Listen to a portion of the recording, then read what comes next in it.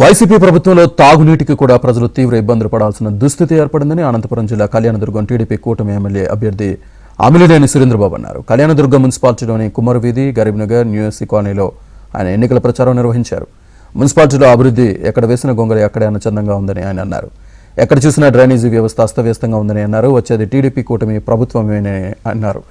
మన ఊరు మన ప్రాంతం బాగుపడాలంటే చంద్రబాబును సీఎం చేసుకుందామని ప్రజల్ని కోరారు. టీడీపీకి ఓటు వేసి వైసీపీకి బుద్ధి చెప్పాలని ప్రజలకు పిలుపునిచ్చారు.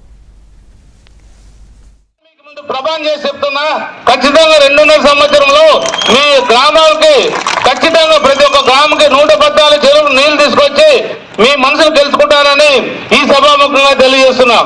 ఎందుకంటే నీళ్లు ఎంత అత్యవసరమో ముందు ఉన్న వెంకటాపల్లి గ్రామంకి వెళ్ళాం.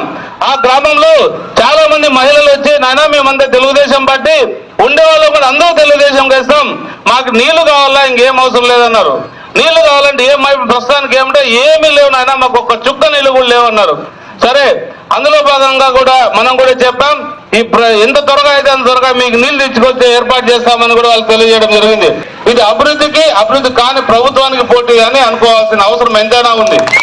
కాబట్టి ప్రజలారా ఒకటే మాత్రం గమనించండి, నేను ఖచ్చితంగా చెప్తున్నా, మనం గెలవబోతున్నాం. చంద్రబాబు నాయుడు గారు ముఖ్యమంత్రిగా కాబోతున్నాడు, ఖచ్చితంగా అవుతారు.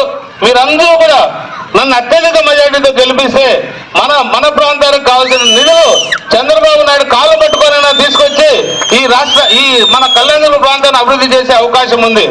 ఆయన ఎక్కువ రిస్క్ తీసుకోవాల్సిన పని లేదు. మనకు ఆయన ఇవ్వవలసిన 200 కోట్లు 100 కోట్లు ఇస్తే, మన ప్రాంతానికి 200 కోట్లు ఇస్తే 2000 కోట్లు నిధులు తేవచ్చు.